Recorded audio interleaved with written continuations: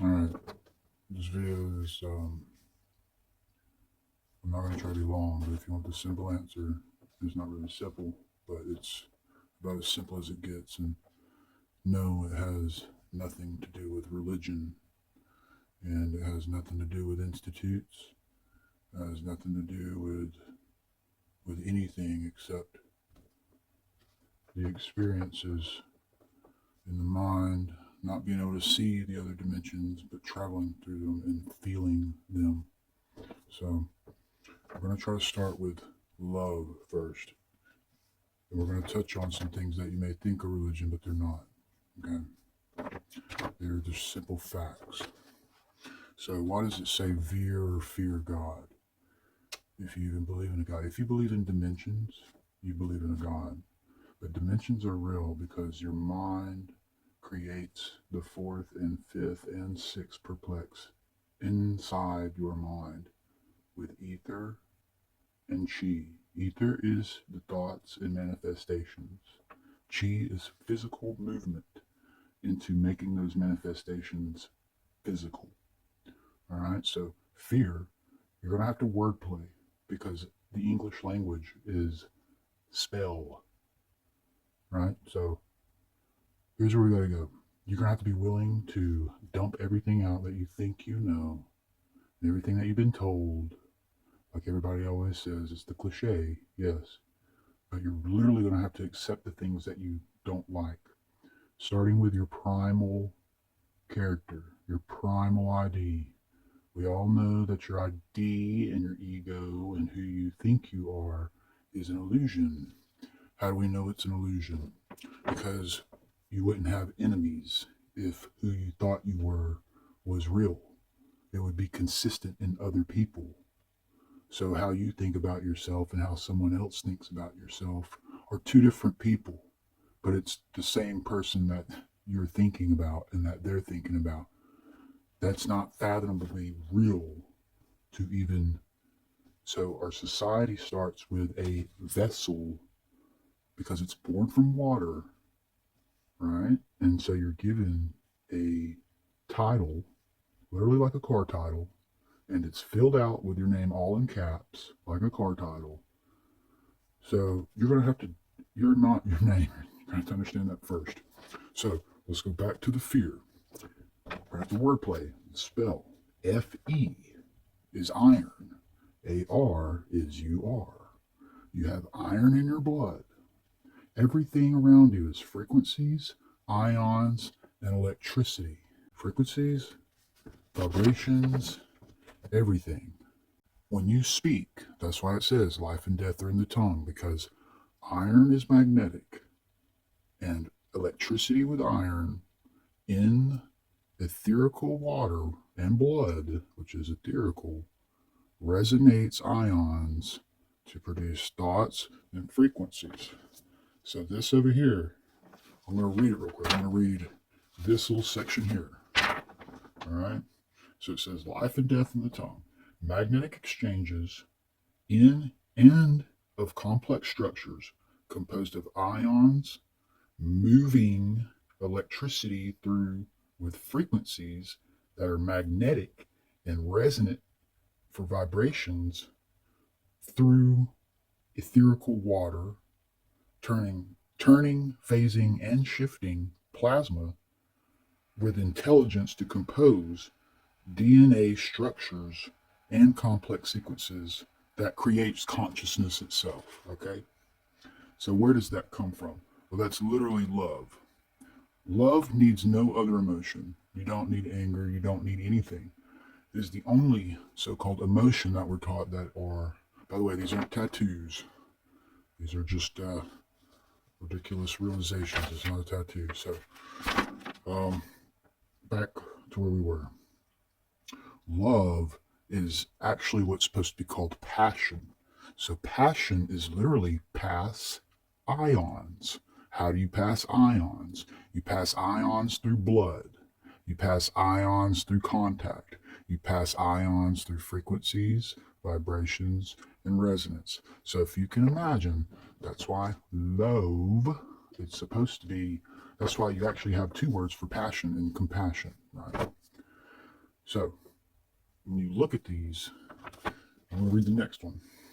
It says that the fear when you don't know what you're speaking, the English language, is that magnetisms and things can be conjuring together by the vibrational tones that you create. And so that's what creates the fear, because it's the mysterious of the unknown of man being alone, not knowing what he's saying. So human composition consists of, but is not limited to, electrical input for sensory perception and feeling the ether motion, emotion, that's ether in motion. So what is ether? Ether is literally how you are hearing this video. It is the fabric of how things travel through seemingly the air, through radio frequency. I mean, it's frequencies traveling through. It's literally how the sun's light and the sun's heat and the sun's rays get to the ground and nurture the ground. It's literally how the water constructs and magnetizes to itself with its atoms and its molecules to create the water. So there's living water and there's, I guess you could say, dead water. Now I'm going to go over here, and so emotion, motion is ether in motion.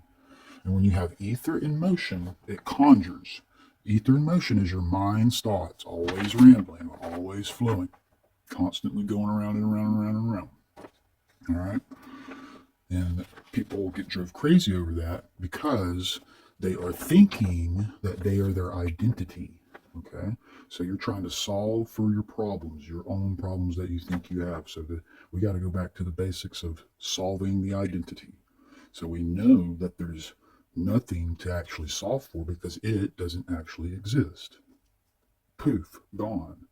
What are you left with? Pure consciousness. Where does that come from? What is it for? Why do we have it? Ask these questions and you will get major answers.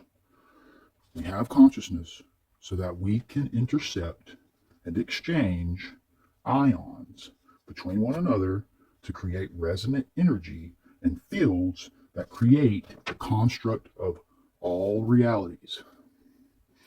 Love is literally the most complex thing because of that, which is, like I said, it's not love, it's passion, compassion, because it's passing of ions. That is, the act of passing ions is the most complex action that takes place. It's literally what makes a child born. It's literally what makes your grass grow. It's literally what makes everything in every single dimension. And so you're like, well, I don't believe in dimensions. Well, you're in your mind and you take time, you take space, you take ideas, you take thoughts, and you have them all going together at once. And then now you manifest it in physical reality. That is taking fifth and fourth dimensions and pulling it down into the third, so you get what you're trying to ascend, your goals, I would say. But when you're left with just ether, that is what God is ether. Now chi is the motion and is the inception and the doing to create. Now what does that sound like? Chi is Christ. Christ is a place. It's not just a title. There's Jesus. Here it is. J-E. How does it say in Spanish? It's Jesus in Spanish, right? What does that mean? He's us. All right, let's take the other one. Yeshua. Yes, you are. Yesho is so. Mashiach. Me see it. Ah.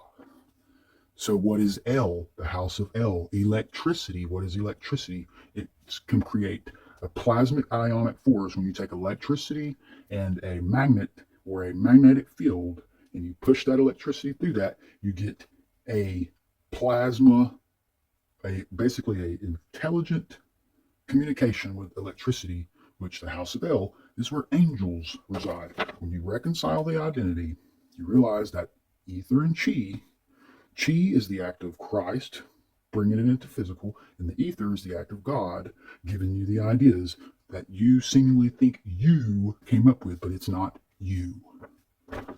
It is the force of the entire fabric of space-time that is making these experiences. Okay? So when we go over here, what is the gospel, right?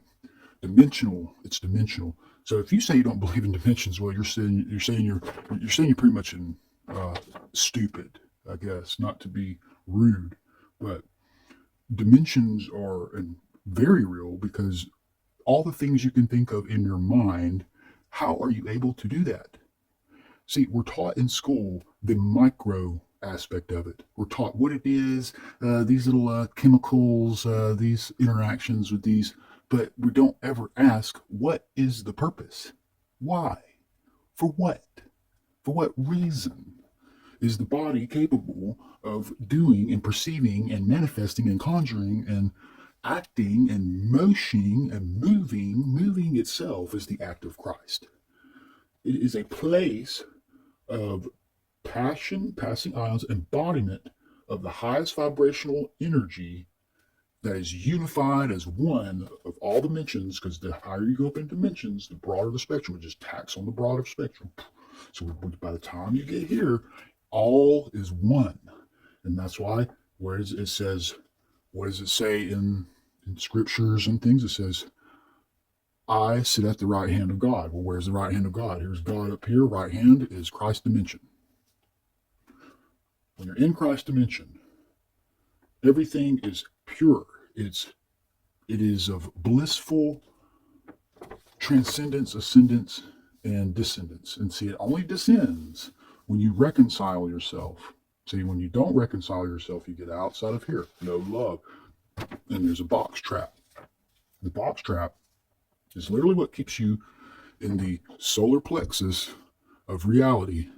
You have energy centers all in your body. You can think, that's an energy. You can speak, that's an energy specifically in that region. You can feel in the heart, that is a specific energy in that region. When your stomach hurts, you can feel that. That is a specific energy. Why do they correlate to places in the body? Because when these places are manipulated, they are easily forced and reckoned to do things that they don't agree with doing out of pleasure, necessity, worry, fear. So that will put you in a low vibration. Low frequencies is literally what keeps you trapped in this bottom matrix, cycling over and over again. When you raise the frequency, and the only way you can do that is try to fathom love. So people are going to ask about Jesus, right? Well, Yeshua, was descended by the unity of the collection of ions. Meaning, if you exist right now, that's why it's he's us, right? If you exist, the fact you exist means that you came down from your dad's mind into your mother and was conceived through ion interactions. So, passion. When you have passionate love with somebody, you have a child. Jesus can come down when enough ions. So ether is a whole field in itself that we're all connected to, because we all have a mind. If we don't have a mind, then we're blindly and painfully confused going through life. Okay? And so this is what an ion looks like. That's a real ion. It's not a circle. An ion is an I and an O creating a resonant field. And the letters, it's not really the letters, but you get 1, 2, 3. Well, you got 1, 2, 3, and then who's the fourth? You. Who would be the fourth? The religious people like Jesus, Muhammad, Buddha, who else? Krishna. So that means Jesus was right here. Here is the Father, which is ether, which is, meaning if this is everything, this is where you came from. You came from the ion of unity dimension known as the Buddha, the Christ, the Krishna, the fabric of all things itself. Because when you don't think about that, you're out here in God's playland and you don't know what's going on. And that's why you have life and death in the tongue when you're in your ego and trying to figure out God without a previous inception of what it is, and that's what the gospel of Jesus is trying to be for people. It's what it is for people, because if you understand it and know what it's trying to say, meaning, yes, the Bible is. You ever wonder why it's spelled Holy and not Wholly? It's supposed to actually be Whoely, holy, because it is the pure transfer of entirety through interactions and vibrations and frequencies. A holy interaction that comes in virgin consciousness. Why is it virgin consciousness? What makes it virgin? Because it just pops in your mind. Oh, I got an idea. I don't know where it came from. It's because you didn't have the idea. You can't explain where it comes from because it comes from the highest plane of existence. So if we came from that and our mind comes from that, why wouldn't it be possible for there to be enough of comprehension of this to where it's making contact in the ether, and enough people know the ether, and then it's bouncing to head, and then now there's enough etherical transcendent energy that knows what passion is and love, that a physical being of that place is the pure embodiment of that place. See, a lot of people will come from this place, but we're purposefully trapped with coming here and not having a memory, but having an imprint, because ions remember, but the brains don't. So the ions are how you know to go about things without having to previously learn them, meaning you make connections quicker. It's what the Institute calls IQ, or intelligence, which is not what it is. It is literally the imprintation cycles that it's took for your ionic resonance to imprint a memory in your blood, in your DNA, because the mind's memory doesn't matter, right? It doesn't matter at all. It actually, the only thing that matters is how complex a interaction is between another energy. So everything is energy. Every single thing at its fundamental core structure is energy and nothing else. It's otherwise. See, what is your screen? 60 hertz energy. Where's your wall plug? 120 volt outlet energy. What is the color blue? It's a frequency in light waves that your eye perceives. Energy, frequencies, vibrations, resonance, music. So we're always saturated with low vibrational frequencies at all times. When you're always around low vibrational frequencies, gossiping, radio, because everything plays at 60 hertz or 50 hertz or 120 hertz, but that's really low frequency. You see what I'm saying? Even 250 hertz. Your TVs, your gaming monitors run at. They're really low frequencies. Christ consciousness, or the Christ mind, it takes sacrifice. What is the sacrifice? You got to get rid of the low frequencies. That's the sacrifice it's talking about. How do you do that? You have to give things up. Things that are of, so what, how do you identify a low frequency? So you got negative, positive, bad, and good. Those are all different, meaning negative doesn't mean it's bad. Negative is what we hold to the thing, like trash, for instance. Our trash can isn't bad, but we have a negative feeling with it. But it can be bad if we don't take it out. You see what I mean? So the negative feeling we associate with it is so that we act upon it. That is literally negative ions acting on positive ions, so we make a decision in a better direction. Okay, let's try to stay with me. So negative and bad are two different things. So positive and good is where these top dimensions really start to flow. And there's a whole other side to this that goes this way that is didn't want to do, honestly, because it took a minute to try to rough draft this. I didn't rough draft this. It's ascension and descension, and when you go through these dimensions, when you don't have an eyeball, but you're going through them with ionic exchange with other entities. And you know these are entities because you're having constructs in your mind flash and invoke and persuade and change your entire way you think when you begin this process, right? It is right. I mean, I'm saying right because it's like, I want you to see that it's actually not too hard to understand. So when you go to church and you believe in a physical guy and you just believe the guy is who saves you, not what he's doing. See, what did Jesus do? That's why we ask that question is, what would he in us do?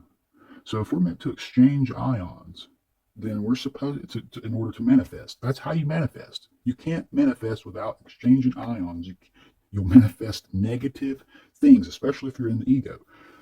The ego, your ego and your energy centers before it's let go are the deities. The deities of Greek mythology, the Zeus, the Heracles, the Aphrodites. So your root, your sacral, your solar, your heart, your ether, and your voice, because your voice is ether, who is God, is Father, ether. And that's what it says in the beginning. Behold, I said. You're literally speaking vibrationals that are affecting ions, even this right now as we are speaking. So, a good example is perception. So, you can change a person's intelligence based on how they're perceiving if you know where they're perceiving from. So, we got these other dimensions. And so, an example would be when the mind has a persuasion strong enough to make it rethink. What caused it to rethink? A stronger ionic bond was introduced that was more persuasive than your previous. And so I have a really good idea that there's 14, but that is in the outside skirts of the mysterious and unknown, why they say God is mysterious, because it is actually El, God is El, the house of El, the house of God, which is electricity, plasma. And then you look at Superman. Where is he from? He's from the house of El. And what does he do? He goes and saves people. I mean, it's really what is in your house. El is in your house, because otherwise you wouldn't be able to turn on a TV and see. When El has an ego behind it, it literally turns to pride, conceit, which is what damns the El, meaning the El won't go back to the source until it gets out of this place. And so, how did it get there to begin with?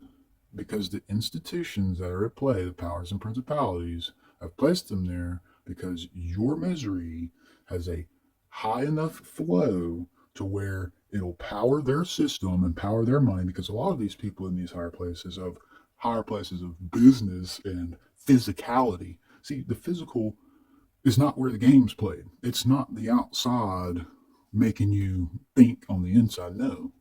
It's literally your inside mind is manifesting. When we're told this, we know this. So, let me see here. Illusions are down here. I mean, do some research for yourself. And see, I wish I could get this zoomed in properly, but it's like literally can't zoom.